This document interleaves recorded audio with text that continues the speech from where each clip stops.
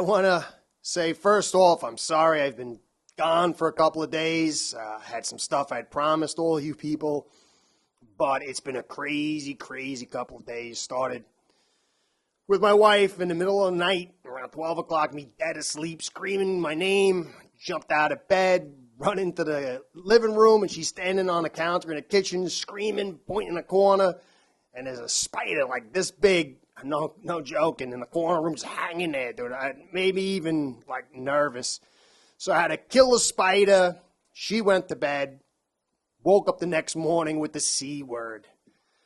Then the next day, I got hit with the C word, and then my children, one by one, dropped like dominoes. So it's been a rough ride. My voice is trashed. I probably look more trashed than usual. But I wanted to get this coverage out to you because I felt bad that I wasn't able to provide what I said and kind of just like disappear. I feel like an obligation. I feel a relationship and stuff like that. So I'm not going to get the film to you, but I'll get it next week in the break between the regular season. I'll make compilations and show you some stuff. I don't think anything's happened with this preseason game. I don't think we're going to see starters or anything like that. Maybe, I don't know. Been down all week. It was a wild ride. So I appreciate your patience, and sorry for not being around the last couple of days. But I want to get some stuff that I had planned just before I got zapped with the sea mung, and some other things that I kind of was able to pick up because it was 2 or 3 days of pure delirium. So I'm going to do this podcast and then take all day off on Saturday and then back to full work on Sunday. So I got to have the chapters for you. And if you see cuts through the whole thing, I'm probably because I'm coughing. I don't know. Maybe I can get through the whole thing. I don't know. So the chapters are going to be, I just want to give you that caveat. The chapters are going to be high snaps from Connor.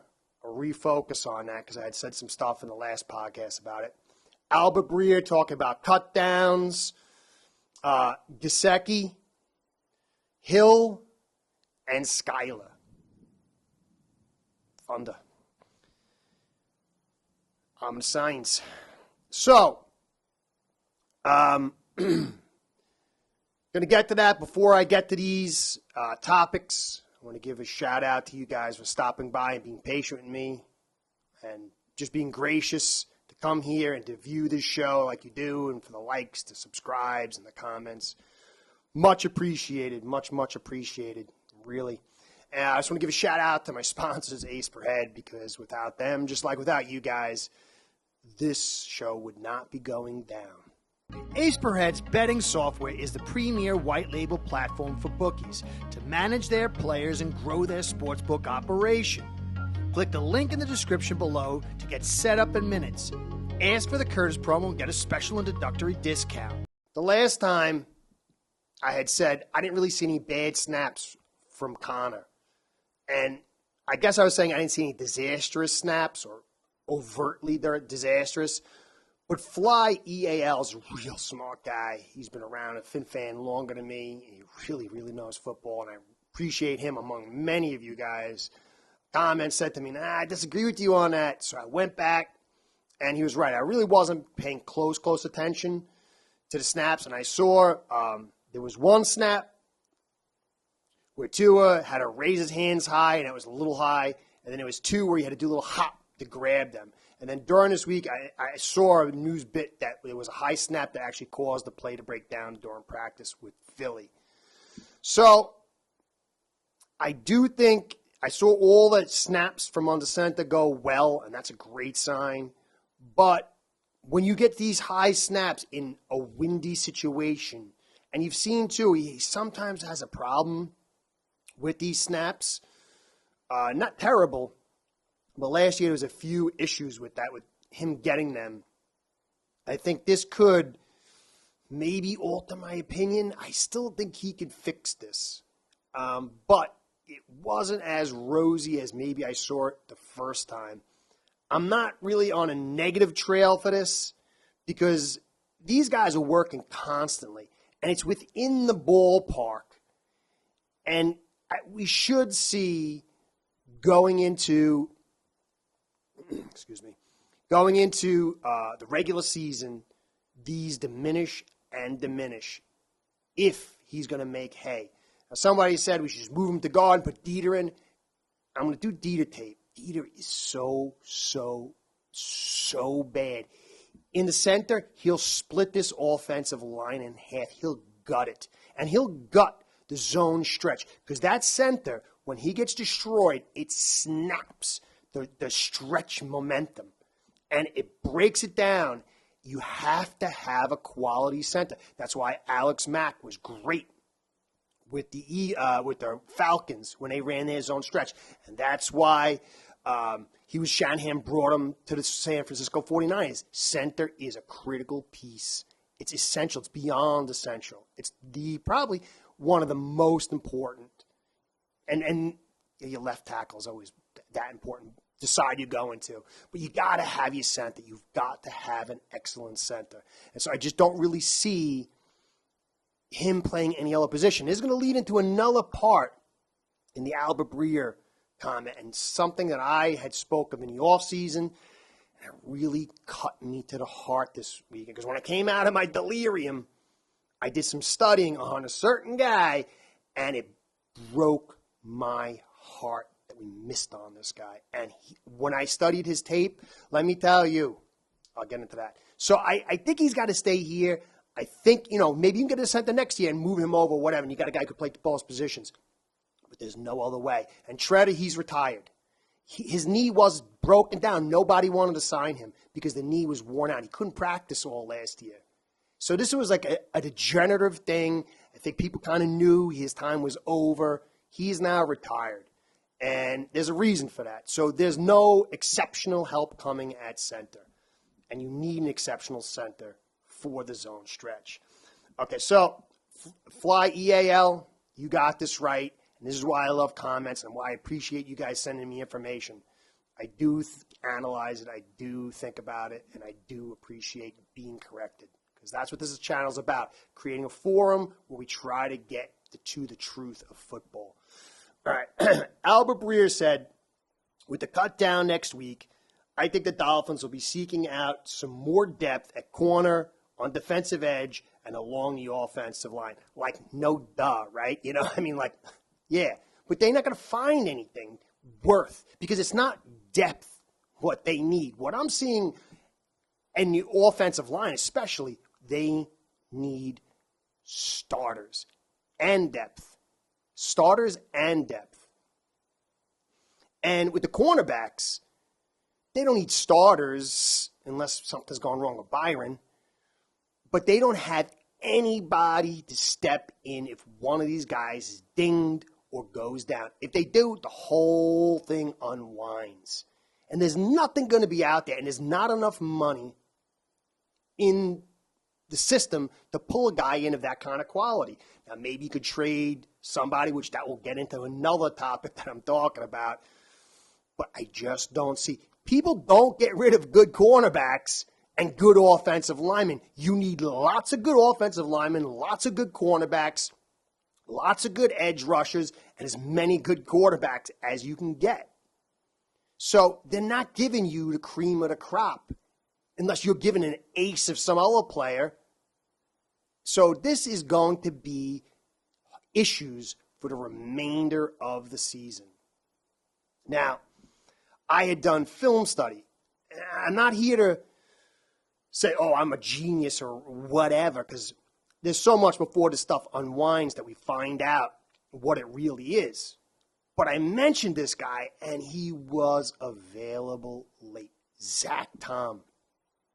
Now, I didn't know how good this guy, I just dismissed him once I was like, I'll check out him when the season comes. And I was reading an article on The Atlantic. This guy is playing out of his mind good from what they were saying. He had, I think it was 0 pressures and 40 pass blocks at right tackle. Not center, where I was projecting him to, at tackle. And it was worse. I watched him play the other night with the Packers, and he was playing left guard. This guy can play all 5 positions. And what I saw from this guy was elite talent. He had the best athletic metrics I forgot what the series of things were in the last like 25 or 30 years.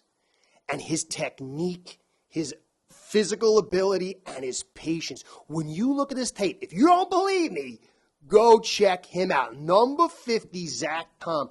It broke my heart. He destroyed.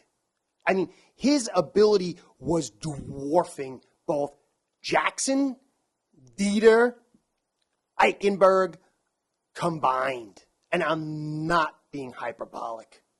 This guy is so good. And we could have had him in the 4th round. They could have done anything to get this guy. You got Tyndale, who he might turn out to be really, really good, but he's raw and he's going to. And Easy might be really, really good. He's looking really good. But you've got an issue, not at linebacker, not at receiver, but offensive line. And this guy, Zach Tom, looks like he could be exceptional. I could not believe how good. I mean, I'm not being hyperbolic. I will do the tape on this guy. It's unbelievable how smooth this guy is. And he could have been ours for a song and dance. We could have traded something up, gotten this guy. We could have done anything to this guy. I don't know how we missed on him. Now, the Packers are great at offensive line. They're so jammed with talent that he's probably going to sit in the backdrop and marinate and develop. But they were actually considering him battling with the starter to who's going to get the starting job. That's how good this guy was doing. Go watch his tape. It hurts to be a Fin fan, but if you're a football fan, this is some great tape. And this is going to be a key piece to me. This offensive line is going to wrap us up, and now this cornerback depth situation. Zach Tom could have had him. I don't think we're going to fill any of these holes big time. It'd be nice if we get Trey Flowers, but that's a luxury. We need offensive line help desperately, and we need cornerback help. During training camp, during the offseason, GMs have work to do. When people use that loose verbiage, the report is misleading because there should probably be a lot of names on that report. This is like a cross between lawyerism and word salad. Now, I'm not faulting McDaniel to do what he's doing, but clearly they're shopping him. That's clear. I would have preferred to say, hey, talk to Breer or, whatever, on track, or they could trade him and get some good quality from the cornerback or a offensive lineman. I just don't. They know, other teams know Miami's up against the wall here. They kind of are not trading with authority. So we'll see.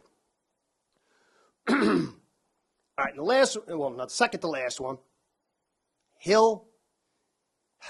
I like him, dude. The guy's unbelievable. But can he stop talking?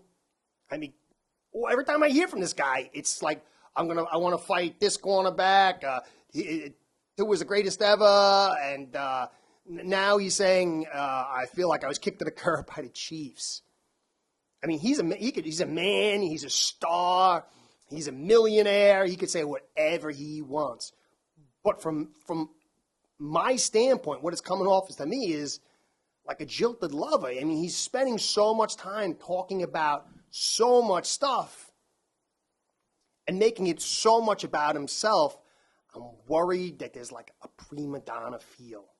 And there was some talk that he was a little bit of a locker room problem. And if you go back and you watch the postseason last year, he was starting to get in Mahomes' face, get angry because he wasn't getting the football. Now, he was right. There was times the ball should have gone to him. But I don't know what the conditions were and all this other stuff. But he was getting frustrated. My concern is that he's so worried about proving that they don't need any more noise.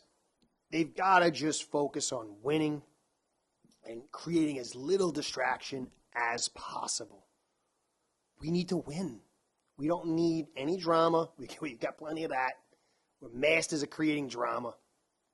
I just hope, I know he's going to perform, but I just hope I don't hear any more from him about all this other stuff, because reporters, they get into this stuff and they're going to keep on talking. If the Chiefs are at better position than the Dolphins, would you rather be back with? And it's just extra stuff that doesn't need to be said and answered, and you know what I mean. So I just hope kind of tones down as we go into the season. I know the guy's going to perform. Then there's Skylar. Now, a lot of people are very, very high on Skylar. I like what I've seen. I'm just not ready to get that high yet. He played against a second-string defense.